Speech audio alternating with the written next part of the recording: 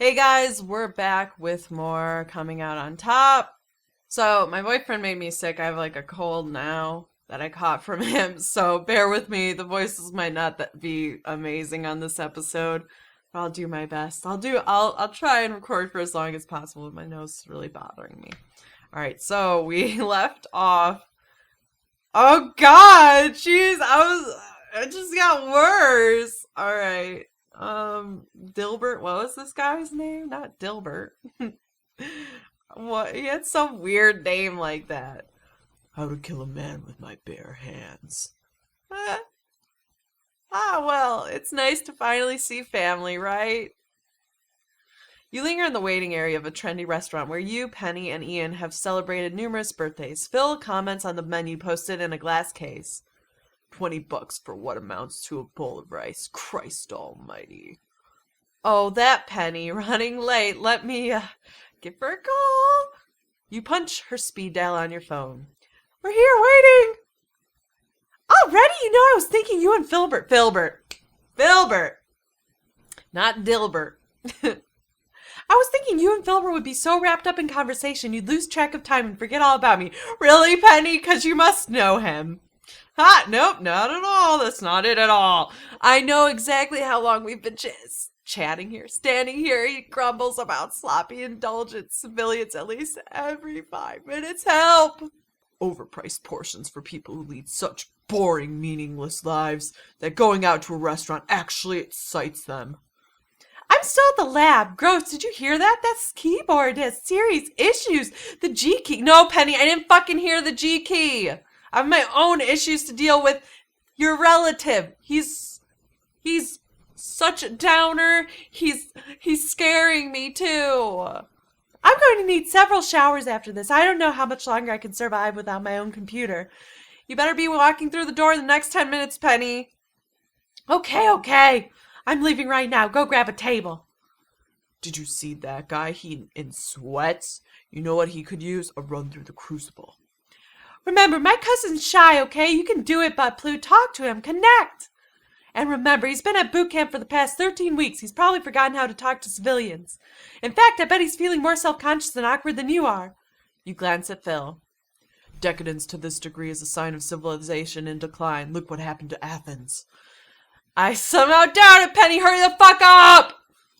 Sorry if I... Rest in peace, headphone users. I got a little out of hand. I'm sorry. Okay. Can't help it. The waiter sets bread on the table and takes your drink orders. Iced tea for me, please. Oh, hey, I remember you. 3 packs of Splenda, right? And you, sir? Water, no ice. The waiter strolls away whistling. Phil picks up his cloth napkin, unfolds it, and places it on his lap with deadly precision. Maybe he does feel out of place. Perhaps I should make an effort to converse here. You and Penny are pretty close, huh? So I hear D&D was a big pastime of yours. Tell me more about why you joined the Marine Corps. Eat bread. Yeah, bread. You shove a piece of bread in your mouth. You hear a shriek behind you. Oh my God! Ah! Penny, don't make a scene. Ah, hi, Penny. Phil gets up. They hug awkwardly, like cousins. It's so good to see you, Filbert! Phil, I don't use the name Filbert anymore. Ah, I liked Filbert, but fine, whatever, things change. Speaking of which, look how high you are. Penny oohs and ahs over Phil's biceps. I'm not done training yet. I'm off to infantry school in a few days. I love how the base is close by. I'm hoping we can hang out more often now. We'll see. I'm going to be busy enough as it is helping my dad with fundraisers on top of trying to pass the quals for recon. I heard that program's brutal. I saw something on cable showing how most of the guys fail because of the insane swimming challenges. Yeah, swimming's where most of the poolies get dropped, so I've been training at the beach whenever I get the chance. Oh, hey, guess who else knows a thing or two about swimming? Hold on, Penny, it's been a while. Oh, don't be modest, Phil. Oh, don't be modest. Phil, Butt-Plute was on his high school's varsity water polo team. What was your nickname again? I didn't have a nickname. Really, I could have sworn you told me you had one. Huh, you're imagining things again, Penster. Wait, the Spanish Armada! I don't... Is that the greatest, Phil? They called him Spanish Armada in high school. Didn't those guys get their asses kicked by the English? Well, yes, but they were a mighty force till then. You frantically chew another piece of bread. Anyway, we can all agree that open water is dangerous. Yes, Penny. All right. Even the seasoned pro agrees, right? But Blue, safety first. Sure, nobody says safety second. So if you need a swim buddy, Phil, I'm sure the Spanish Armada here can help out. You nearly choke. I'll keep that in mind.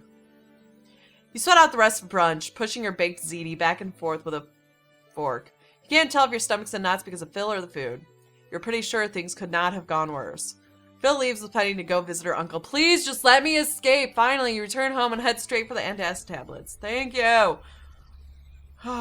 Wednesday, you take your exam. You doubt you passed. You're going to need to put in some extra hours to stay in school. Later that night. Hurry up, Toast.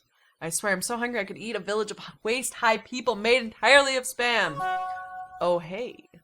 It's an email from Lisa, the woman who runs the tutoring program at the Student Learning Center.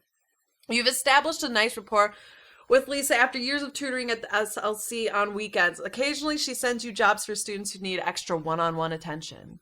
You look over the job description. Interesting. She says this is a special assignment. You'd meet with a student this Thursday for a 2-hour session that pay is higher than usual. You pause as your imagination runs wild. You envision a dark, handsome student stretched out across a bed, the son of a foreign dignitary, listening attentively as you teach him one dirty word after another. You mentally kick yourself. If that could happen, that'd be great. That would be fun. Man, I've got a good rep as a tutor. I've got to stop fantasizing like this. Accept the job. You can use the cash. Tell her no, you want to keep your schedule open. Let's take the cash. You tell her yes. She emails you the time, place, and date, but strangely enough, no name. We all know it's going to be a hot dude. We all know it's going to happen Thursday. After classes, you head over to the address Lisa gave you. You double-check the info on your phone and make your way to the porch of a 2-story townhouse a few blocks from the west end of campus. You ring the doorbell and wait. No answer. You knock. After a minute, you hear a booming voice. It's open. Holy shit. This guy's a beast. A fucking beast. What the heck? You're confronted by an impossibly large, beautifully carved statue of a man. Look at those muscles. You speak in slow, steady tones, enunciating each syllable to make sure he understands you. My name is Budplu. I am here to tutor you in English. Tutor me English? No. Oh, whoops. Actually, I must be looking for... So just because I'm not white, you assume I need remedial English lessons? No. Sorry. I gotta change that voice. It's ridiculous. No, it's just, I was given very little info. Ah! What the fuck? Oh, but I tutor your face with my fist! No, I was just given a time and address. I assumed I'd be tutoring whoever answered the door. Hey, just playing with you, bro. I'm known for being a funny guy. Just don't make me have to raise your awareness. I hate when I gotta do that. Anyway, they must have given you the wrong address. Team policy is to hire smoking hot babes. And you are neither smoking hot nor a babe. So run along now, Dudor. There must be some mistake. Maybe you could check with some of the others. I'm not intimidated by you, fathead. Now you best step aside before I have to put the tube back in tutor. Dang! I'm tempted, but I think we'd get our ass kicked. What do you mean I'm not smoking hot? Check out these nipples. Show them your nips. Show the nips. Check those nips out. I think, judging by his facial expression, he's at least somewhat impressed. I've seen better. Hearing footsteps, you lower your shirt hastily. A second giant appears. Roman, I see you've met Butt Pluggington, the tutor. You take a step back, trying not to stare too long at his large appliance-like girth. The hallway seems to be shrinking, and you feel very small. Bo, you did not. I can't with these two. I did. I asked the gal at the learning center to send a male tutor for Brad. A smart, responsible nerd of a man. Look at him. You could tell he's the kind of guy who'd rather do extra credit than go to a party. You're joking, right? Just have one of the girls help Brad already. Roman, the last thing my brother needs is one of our so-called tutors writing his papers and trying to get his Peter in any hole they can. Fine, get a talking donkey to tutor your dumbass brother for all I care. Just stay out of my personal business. Have fun, tutor. You've got your work cut out for you. So sorry. I'm so sorry. But Pluggington, the coordinator, gave you a glowing commendation, and now that you're standing here, I see why. You seem like the kind of man another man could trust with his little sister. Well, actually, Bo cuts you off. Now listen, but Pluggington, the football program here has been nothing short of culture shock for my brother. A semester of women, drugs, and alcohol has compromised Brad's fortune. I cannot, and his motivation to hit the box. Sorry, I'm so sick. Alright, breathe. Doing this when you have a cold is like torture. I mean, I still enjoy it. I'm really having fun with this game, so I'm getting through it. I'll do it for you guys. You're here to turn that around before it affects his play on the football field. Brad already has the highest freshman passer ratings in our school's history. I can't let him screw up his future. He'll lose his scholarship if he flunks English again. I want you to ensure Brad doesn't succumb to the endless temptations that has driven other lesser men to ruin. You should be aware you'll start off on a probationary period. We'll see how it goes for 2 or 3 sessions before we make a commitment. Can I put my trust in you, but Huggington? You can depend on me. Bo, to be honest, that sounds like a special case. It seems like Brad not only needs academic help, but moral guidance. Maybe we can talk about a little extra consideration. Rub your fingers together. Ooh. Extra? That's a mighty curious request from somebody who's already getting paid extra and hasn't proven himself yet. Haha, that was a joke. Let's forget I mentioned it. It sounds like I'm babysitting your brother. This is beyond the scope of what was outlined in the tutor request. You want more, huh? You take a step back. Let me talk to the department, see what I can do. But you're going to have to prove yourself. Expectations are high, but Pluggington. Don't let me down, or my brother, or the team, or Orlin, but especially not me. Brad's in his room, 2nd floor, 3rd door to your left. Sweet. The stairs creak as you ascend, strained and weary from the massive slabs of beef who trudge them relentlessly. The door is halfway open. You poke your head in and scan the bedroom. Empty. You open the door further for a better look. There's nobody in. A loud grunt interrupts your thought. Your eyes drift to your feet, where a beefy red head lies face down on the carpet next to an immaculately range row of empty beer cans. Shit! Sorry! With a groan of effort, he lifts his head. Who are you? Your eyes dart quickly over his tiny skin and thick everythings. You notice the outline of muscles rippling across his back underneath his tank. Your throat goes dry. I'm Buttflew, your tutor. We have a session today. What? Oh, right, gotcha. Give me a sec. Brad closes his eyes and groans. He leaves himself off the floor with a grunt. Stumbling a little, he studies himself.